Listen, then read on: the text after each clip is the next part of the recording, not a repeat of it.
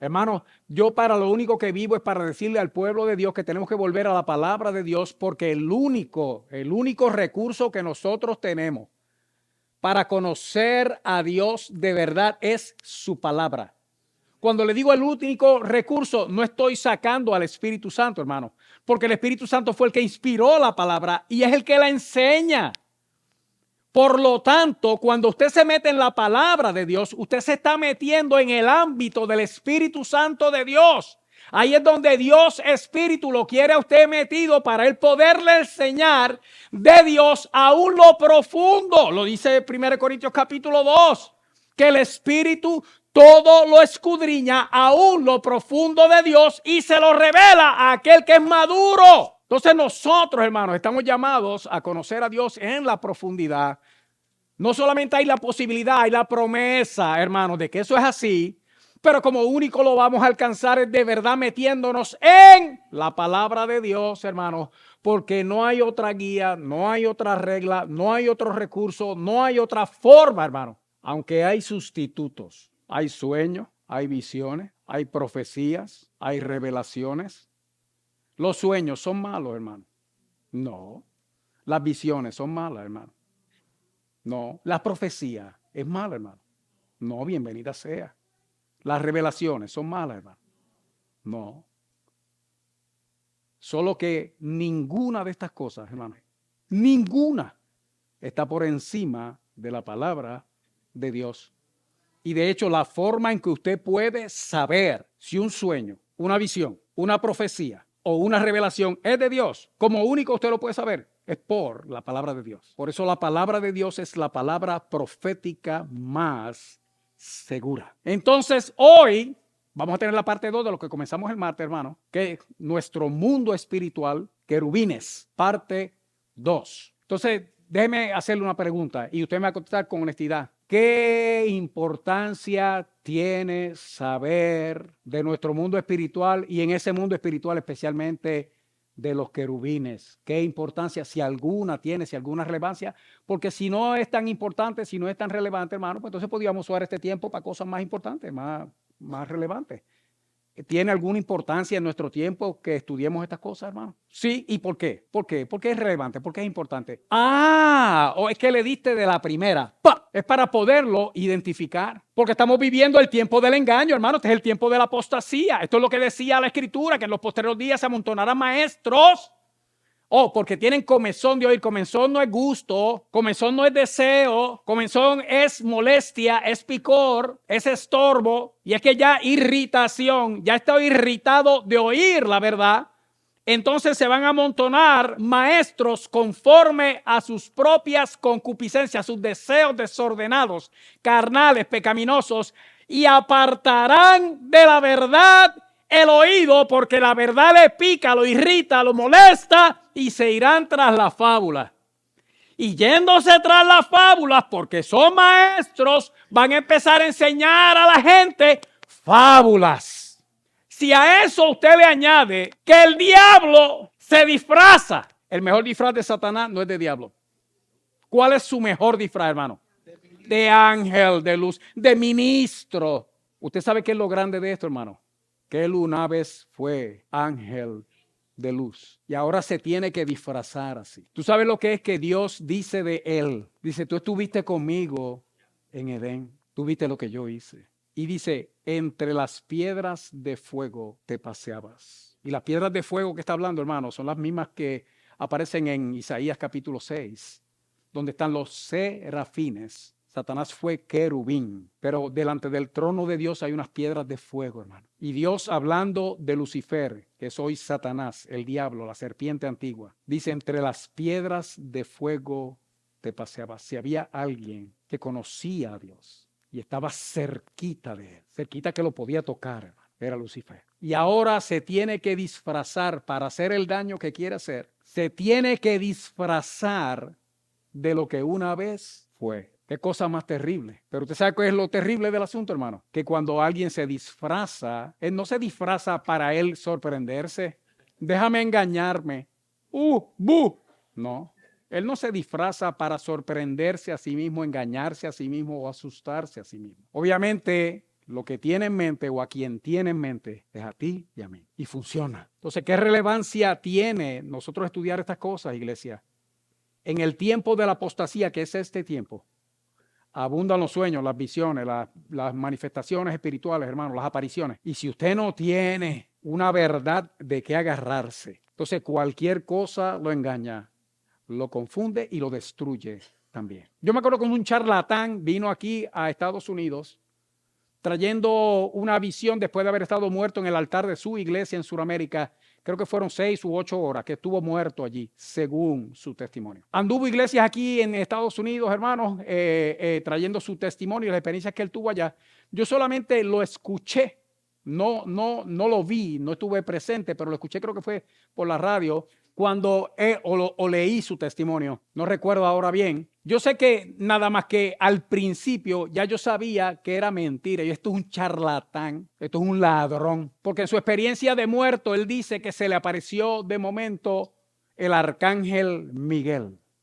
Que en la escritura, hermano, es el único de los ángeles que se le llama arcángel. Eso no quiere decir que sea el único arcángel, pero en la escritura al único que se le llama arcángel es a él, ni siquiera a Gabriel, aunque aparecen trabajando juntos. Pero el asunto es que tan pronto él dijo eso, hermano, que se le apareció, y dice que era alto y fornido. Cuando yo escuché que él dijo que se le apareció ese ángel alto y fornido, el arcángel Miguel, yo dije, falso, hijo del diablo. Porque la palabra de Dios dice, esa es mi respuesta, hermano, para la mayor parte de las preguntas, y las otras que no las contesto de esa manera también tienen como respuesta, porque la palabra de Dios dice. Gabriel, hablando de Miguel, dice que Miguel es el protector de la nación de Israel.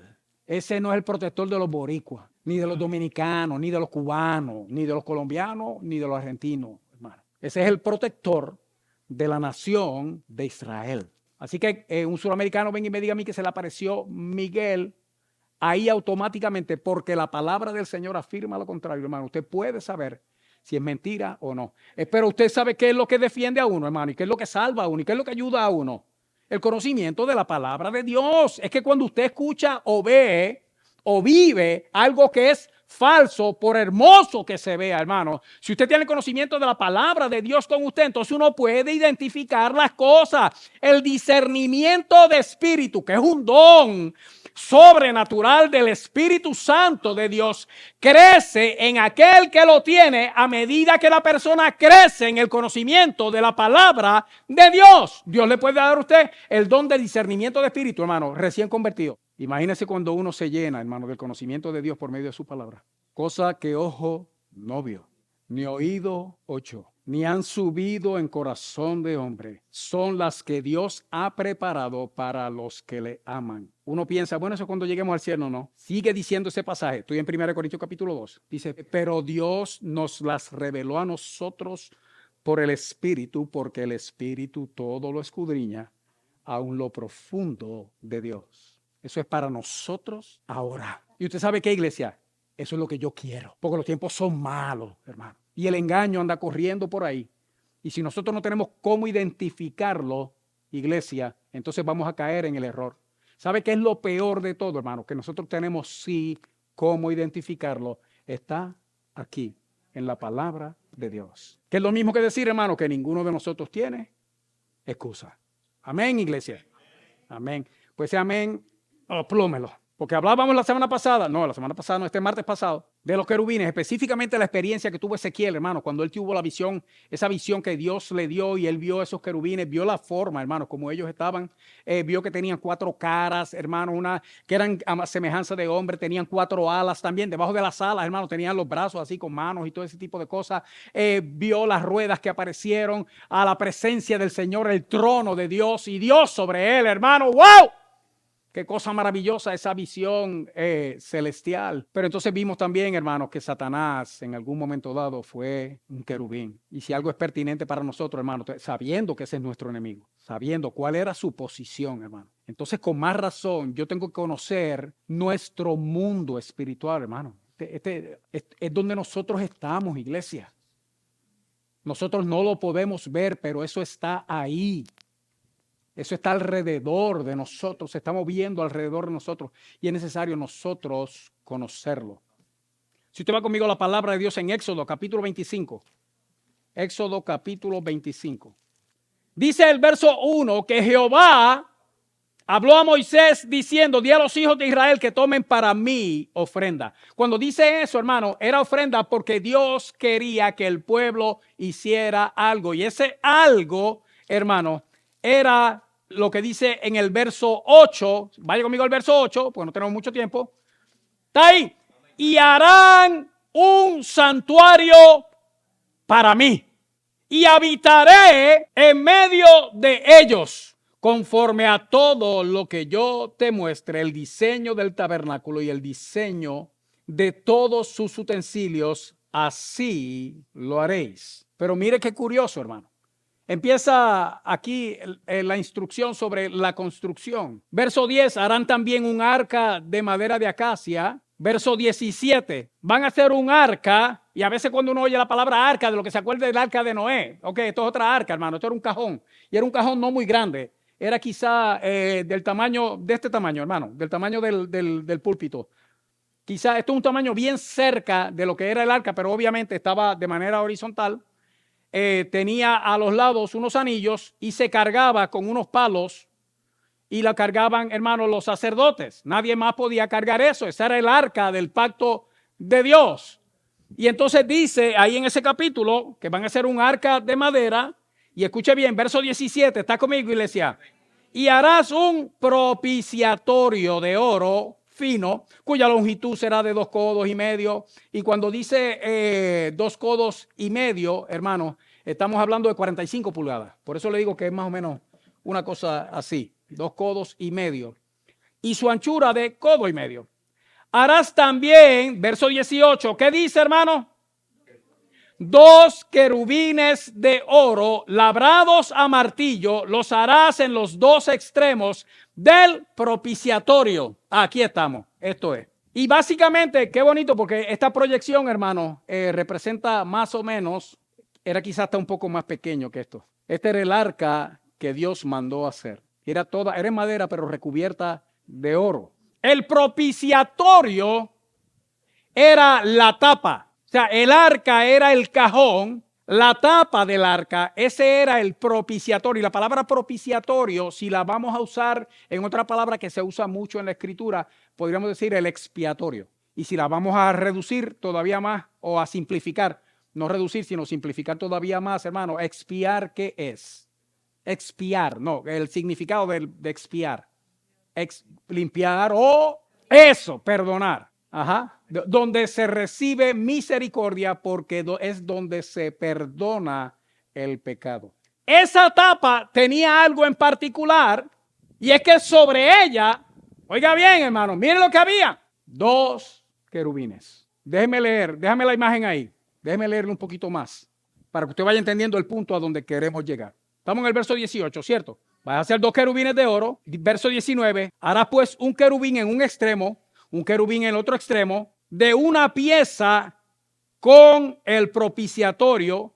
Harás los querubines en sus 2 extremos. O sea, toda la tapa con los querubines era una sola pieza de oro. Y pondrás el propiciatorio encima del arca, y en el arca adentro vas a poner el testimonio que yo te daré, que Dios le dijo, vas a poner allá adentro, lo primero que vas a poner las tablas de la ley, las que Dios le dio en el monte y que después Moisés tuvo que llevar porque rompió las primeras, y se las vas a poner, ese es el testimonio de mi trato con el pueblo. Vas a poner una muestra del maná y vas a poner la vara que reverdeció. Ese es mi testimonio. Y es el testimonio de cómo yo he tratado con el pueblo. Eso tú lo vas a poner en esa arca allá adentro. Y encima del arca vas a poner el lugar de donde se perdonan los pecados. Oiga bien, hermano, que es el propiciatorio. Y encima de eso, en una sola pieza, van a estar 2 querubines con las alas tocándose. Que es algo que menciona la Escritura en la visión que hemos visto, hermanos, que las alas se tocaban una con la otra. Escucha bien, iglesia. Verso 22. ¿Estás conmigo? y de allí me declararé a ti y hablaré contigo sobre el propiciatorio de entre los dos querubines que están sobre el arca del testimonio. Todo lo que yo te mande, todo lo que yo te mandare para los hijos de Israel. O sea que no solamente eso tenía el propósito de ser el lugar de donde se iban a perdonar los pecados, sino que Dios le dijo a Moisés, desde aquí va a salir mi palabra para ti. Hay algo curioso en el asunto, pero acompáñame al libro de Números, capítulo 7, el último verso, el verso 89. Sí, oiga esto, hermano. Entonces mire lo que pasaba. Ya Dios le dijo, esto es lo que yo voy a hacer contigo con esa arca. Capítulo 7, verso 89, cuando entraba Moisés en el tabernáculo de reunión para hablar con Dios, oía la voz que le hablaba de encima del propiciatorio que estaba sobre el arca del testimonio, de entre los dos querubines, y hablaba con él. Hermano, eso fue el primer celular. La voz de Dios salía de aquí, hermano. ¿Usted sabe lo que es eso? Y dice que Moisés hablaba con él ahí. Este es el asunto. Que luego del tabernáculo, obviamente la nación se establece en la tierra que Dios le dio. Viene David como rey y solidifica el pueblo, lo unifica y lo fortalece porque Dios estaba con él. Y de David nació el deseo de hacerle a Dios un templo. El tabernáculo todavía estaba, pero eso era una tienda de campaña hecha de pieles.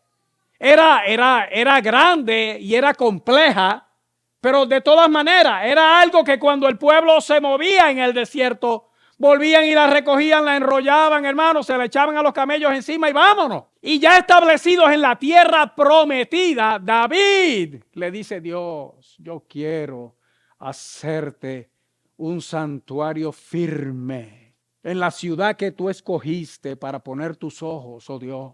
Y entonces tenemos que Dios, obviamente, o sabemos que le dijo a David, mira, que tú desees hacerme casa, está bien, pero tú no puedes hacerme casa porque tú eres hombre de guerra y tus manos están llenas de sangre y alguna de esa sangre es inocente. Así que el deseo de hacerme casa está bien, pero tú no la vas a hacer, la va a hacer tu hijo después de ti. Y entonces ahí es donde viene Salomón. Y si me acompaña Primera de Reyes, capítulo 6, y va conmigo, déjeme resumir esto un poco, verso 11. Ya está Salomón trabajando en el asunto del templo y dice que vino palabra de Jehová, ¿a quién?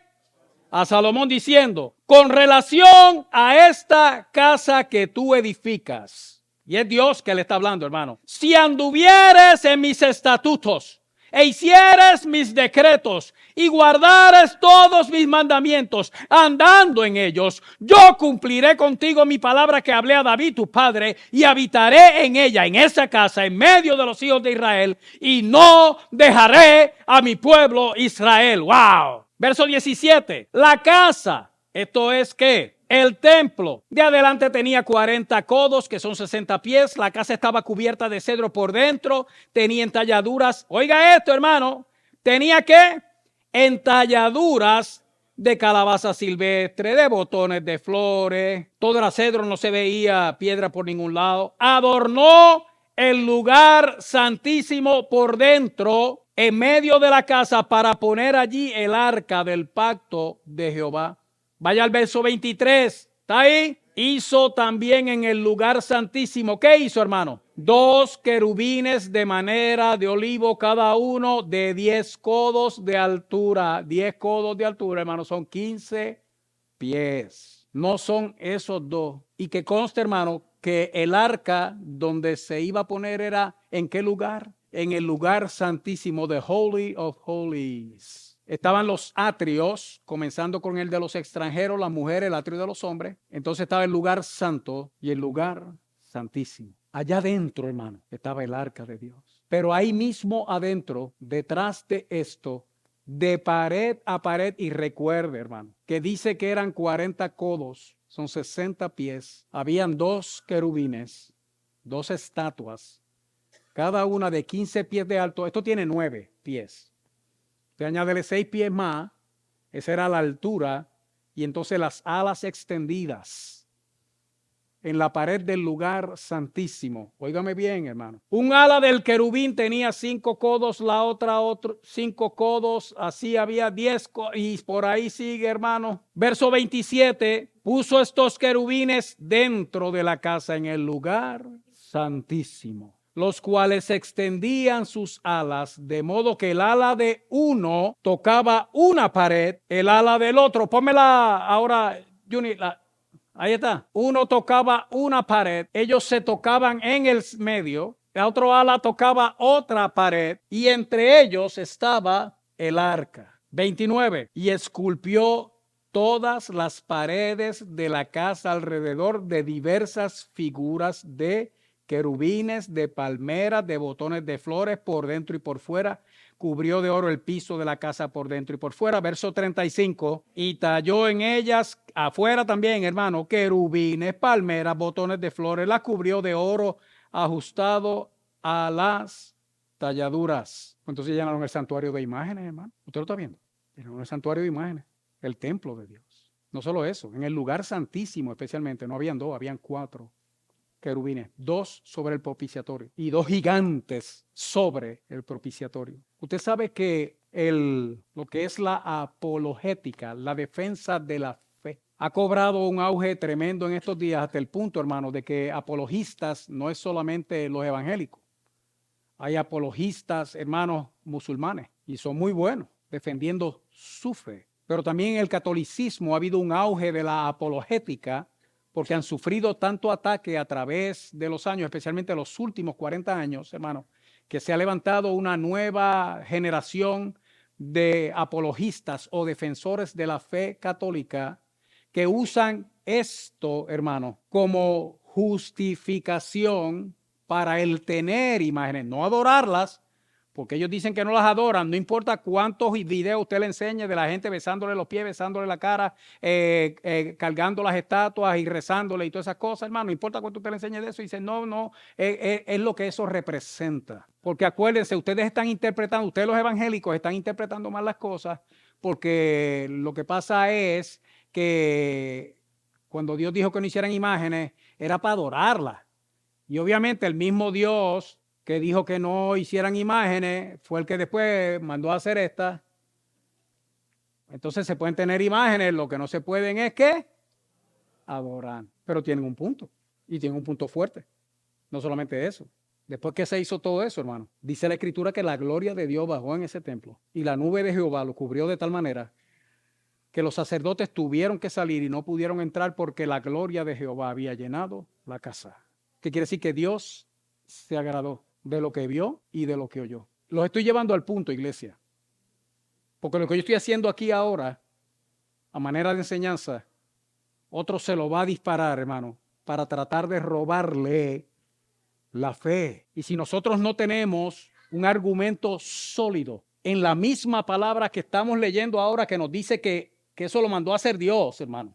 Si no tenemos un argumento sólido, entonces tenemos que ceder a lo que la otra persona diga o abrazar un absurdo, que la respuesta es no, yo lo creo porque eso es así y se acabó. Eso no es una respuesta, hermano, porque no tiene valor. Porque si esa respuesta suya es buena para usted, entonces si un musulmán la dice, es igual de buena para él. Y si el católico la dice, es igual de buena. Y si el testigo de Jehová la dice, es igual de buena. Ahí es que vamos ahora. Para mí, la respuesta es sencilla, hermano. Pero por sencilla también la considero sólida, no solamente sólida, hermano, contundente, a favor de nuestra fe y del hecho de que Dios prohíbe que hagamos imágenes y estatuas y toda esa clase de cosas. Entonces parece una contradicción, hermano. Debe decirle algo, en la Escritura, en la palabra de Dios hay misterios. Hay misterios. Y un misterio no es nada malo, hermano. Un misterio es algo de lo que no se conoce hasta que se recibe la revelación. O sea, en la Escritura hay misterios y hay misterios revelados. En el Antiguo Testamento la iglesia no existía ni se mencionaba, hermano, porque ese era el misterio escondido por los siglos hasta que Dios lo reveló después de Jesucristo, especialmente al apóstol Juan, al apóstol Pablo. Eso era un misterio. Los misterios están bien, hermano. Hay paradojas. Las paradojas es cosas para, hermano, es cuando, como se usa esa preposición, es como cuando usted dice paramédico o paralegal. O sea, el paralegal no es abogado, pero trabaja al lado de. El paramédico no es médico, pero trabaja al lado de. O sea, se asisten uno al otro. La paradoja muchas veces es algo que puede parecer misterioso o confuso, hermano, y a fin de cuentas tiene lógica, tiene razón y tiene sentido, hace sentido. Las paradojas se descifran igual que los misterios, hermano.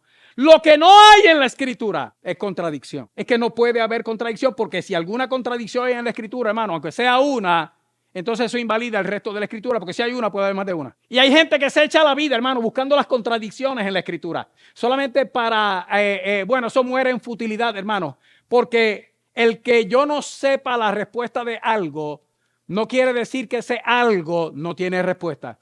Eso lo que quiere decir es que mi mente está todavía corta, especialmente la mía. Eso es todo lo que quiere decir. Mi ignorancia no anula la infalibilidad de la escritura, hermano. Para nada. Esta palabra es infalible, es inerrante, es perfecta, es pura, es santa, es poderosa, hermano. No se equivoca, no cambia y no miente. Esta es la palabra de Dios. Y entonces Dios mandó a hacer algo que había condenado antes. Porque esto en el capítulo 25 es donde aparece Dios diciéndole a Moisés lo que va a hacer. Pero en el capítulo 20, alguien me puede buscar Éxodo capítulo 20, verso 4, please. Y ahí es que se aprieta la cosa. Ahí es donde el misterio se convierte en paradoja y la paradoja en contradicción. Pero no es una contradicción, hermano, es una bendición. ¿Lo tienes, Elina? Espérate, deja que lleguen los hermanos ahí. Ya usted sabe que en Éxodo 20 están ¿qué? Los 10 mandamientos. Y el segundo mandamiento comienza en el verso 4, donde dice, no te harás, sigue. No te harás imagen ni ninguna semejanza de lo que está arriba en el cielo, ni abajo en la tierra, ni en las aguas debajo de la tierra.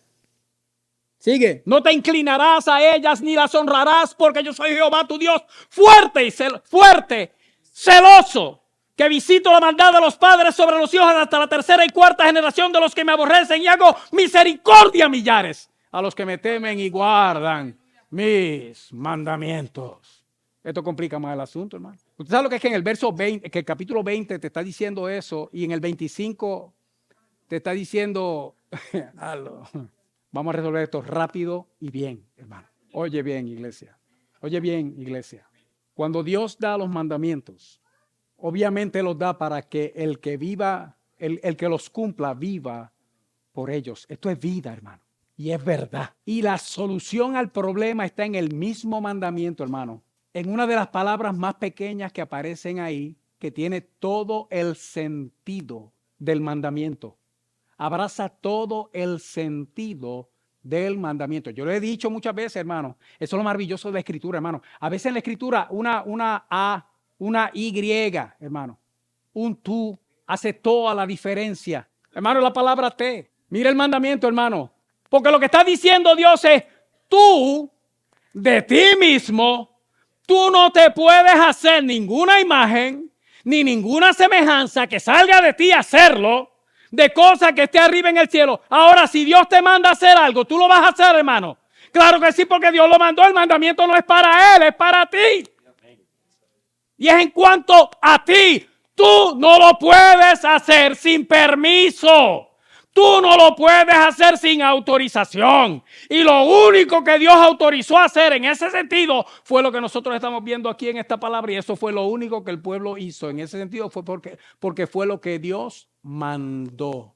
No fue porque el hombre decidió. Es que nosotros leemos el capítulo de Salomón y nosotros pensamos que como Salomón era el hombre más sabio, de momento él siguió, hermano, se fue, como dicen los boricos, nada, se fue en un trip. Dice, wow, y ahora le voy a poner frutita. Y acá le voy a poner un querubincito. Y acá le voy a poner otra cosita. Y mamá, ¿qué tú crees? Déjame ver. Uy, ponle más, otro, sí. Ok. Entonces, déjeme confirmarle ahora el asunto. Víctor, a mí, tú, no. Si yo mando, si yo ordeno, si yo digo, lo que yo digo se hace. Entonces, lo que yo mandé fue que tú no puedes hacer estas cosas. Ahora, lo que yo mando, eso se hace. Por eso que Dios mandaba a matar también, hermano. ¿Se da cuenta del otro mandamiento? no matarás. Y después más adelante vemos, dice, vete, mata a medio mundo ya. Pero no dejes ni uno. ¿Sí? ¿Pero por qué? Pues dice, no, tú vas a escoger quién vive y quién muere. No, tú no escoges eso. Eso lo cojo yo. Ajá, exactamente. Ahora, pero para probar el punto, hermano, lo primero, vuelva conmigo al capítulo 25 de Éxodo. Es un alivio, hermano, cuando uno llega a esa palabrita T. ¿Lo vio? Duda, pregunta. Ajá, sí, Joseph.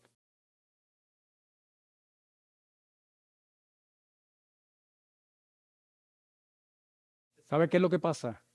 Que nosotros, como comencé la clase, fue diciendo que nuestra única regla de fe y conducta es la palabra de Dios. ¿Entiendes? Cualquier revelación que se vaya por encima de esto, cualquier cosa que le añada, le quite, tuerza o contradiga la palabra de Dios, no es de Dios.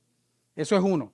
Lo segundo, Dios usó esto en aquel tiempo, hermano, y llegó, óigame bien, hasta el templo de Salomón. Cuando vino el templo, el segundo templo, luego de que el pueblo fue destruido, hermano, por idólatras precisamente.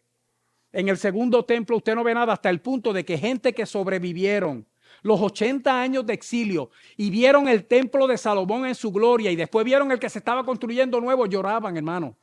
Y ahí es donde vino la palabra de Jehová que le dijo, la gloria postrera de esta casa va a ser mayor que la primera.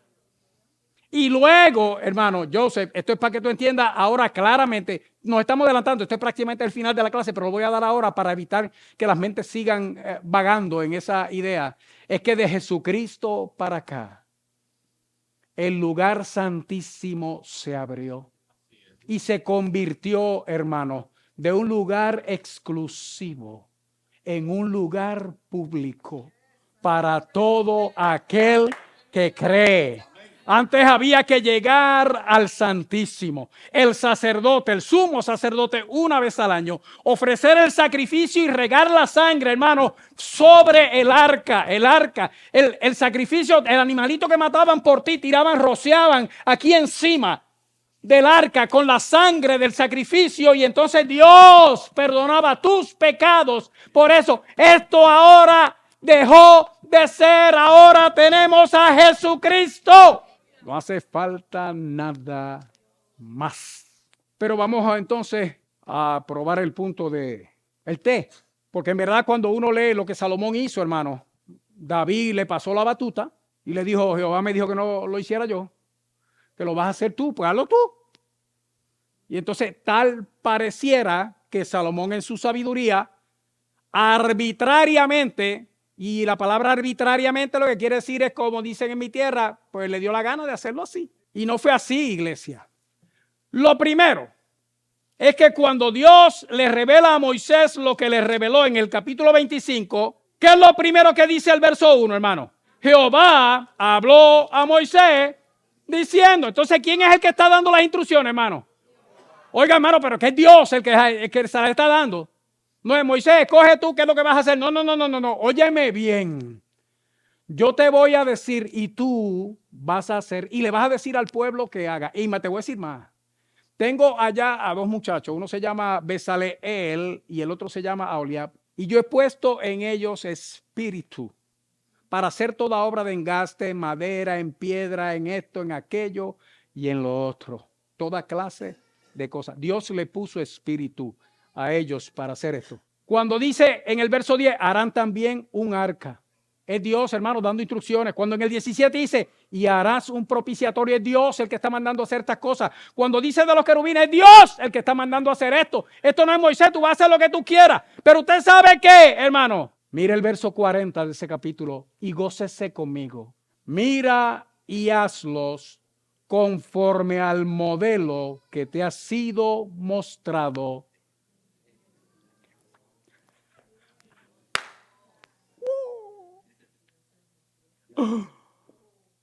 Hermano, no fue nada más que le dijo. Era Dios hablando, hermano. Yo no sé si era un holograma.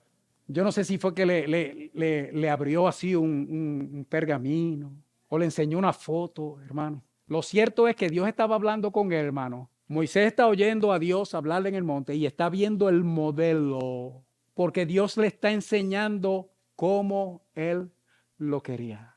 Le enseñó el modelo. ¿Hizo algo Moisés a su antojo, a su arbitrio o porque bien le pareció, hermano? No.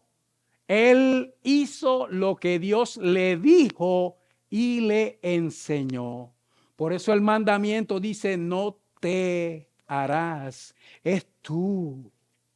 Tú no tienes ese poder, tú no tienes esa prerrogativa, tú no puedes hacer las cosas a tu manera. Aquí el que manda soy yo.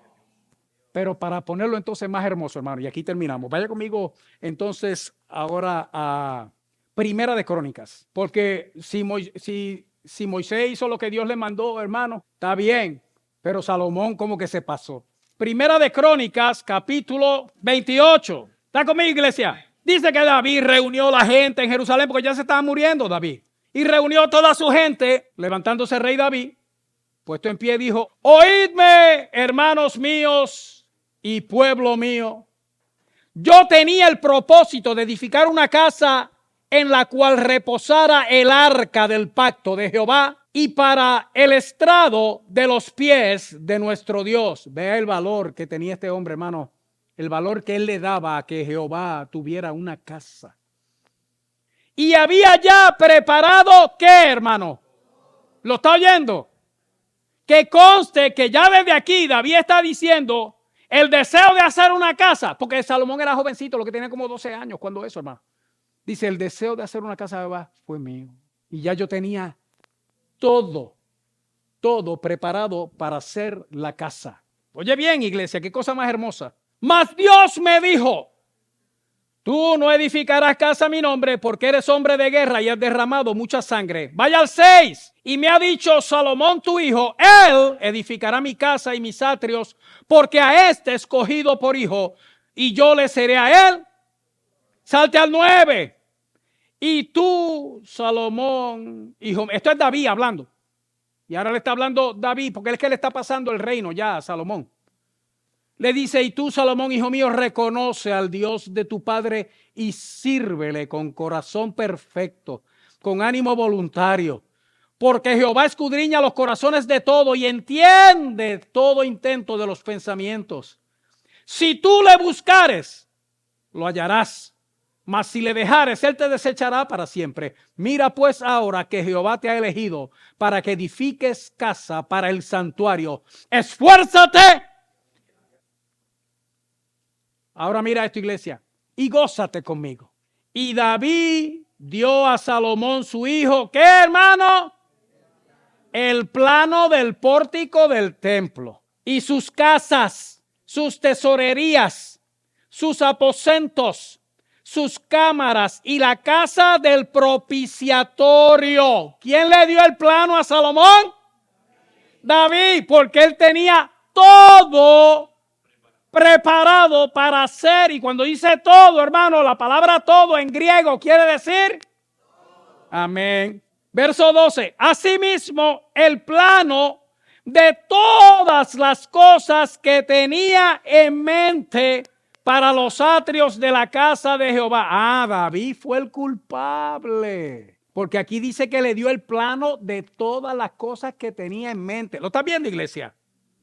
Para todas las cámaras alrededor, para las tesorerías de la casa de Dios, para las tesorerías de las cosas santificadas. Vaya al 18 conmigo. Además, oro puro en peso para el altar del incienso y para el carro de los querubines de oro que con las alas extendidas cubrían el arca del pacto de Jehová. Ahora gózate conmigo, iglesia.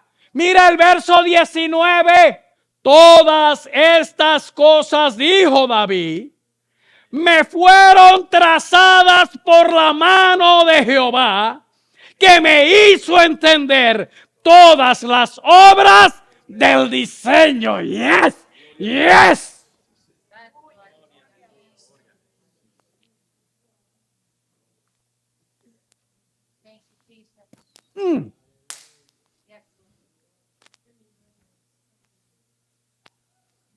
¿Se inventó algo David? ¿Y Salomón se inventó algo? Él se inventó menos, hermano. A Salomón se lo dieron ya todo inventado, hermano. Pero quien se lo dio fue David. Pero a David quien se lo dio fue Dios, hermano. Él no se hizo imagen ni ninguna semejanza de cosa que estuviera arriba en el cielo. Él no se hizo eso. Él hizo lo que Dios le trazó. Ahora que vengo en belequero de a decir que Dios le mandó a poner imágenes y cosas. Yo sé. Qué cosa más hermosa, hermano. Y le corté la mitad de la información, iglesia. Oye bien, iglesia. Si el enemigo se te aparece, porque se puede aparecer el diablo, hermano. Anelsa, ¿no te dice tu hija que si ella se pone a leer la Biblia, ve cosas, oye cosas y siente cosas? Pero que le está dando una buena noticia. Porque si fuera malo leer, él ni la molestaba. Es lo que le está diciendo, uy, eso es bueno para ti. El diablo le está diciendo, eso es bueno para ti, malo para mí. Así que yo voy a hacer lo posible por estorbarte para que no leas, para que no ores, para que no vayas a la iglesia. Quiere decir que el diablo se aparece, ¿cierto, iglesia? ¿Se podrá aparecer como un querubín o como un ángel? Por supuesto que sí.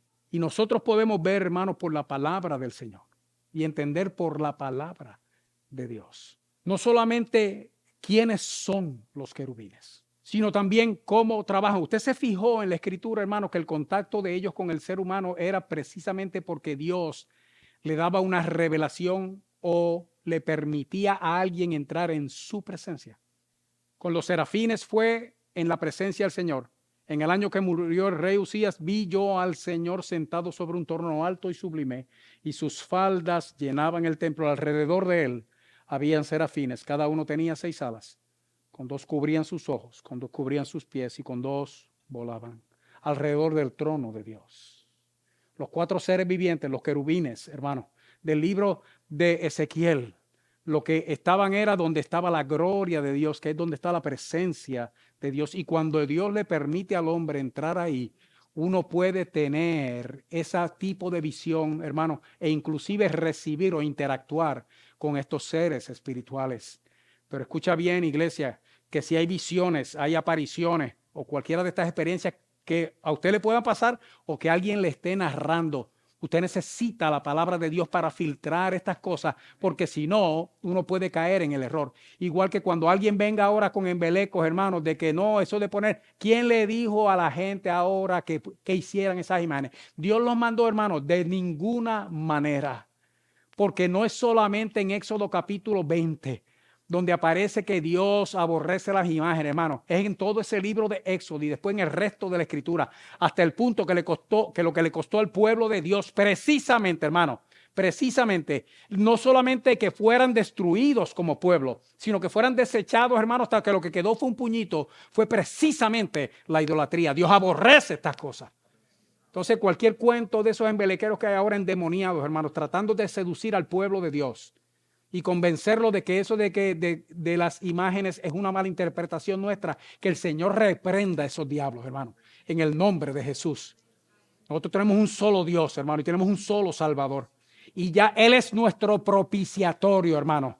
A Él es donde nosotros vamos y la sangre ya Él la derramó. Ahora nosotros tenemos acceso directo a Jesucristo y acceso directo al lugar santísimo en la misma presencia de nuestro Dios. Así que eso es lo que vamos a hacer en el nombre de Jesús. Amén, iglesia.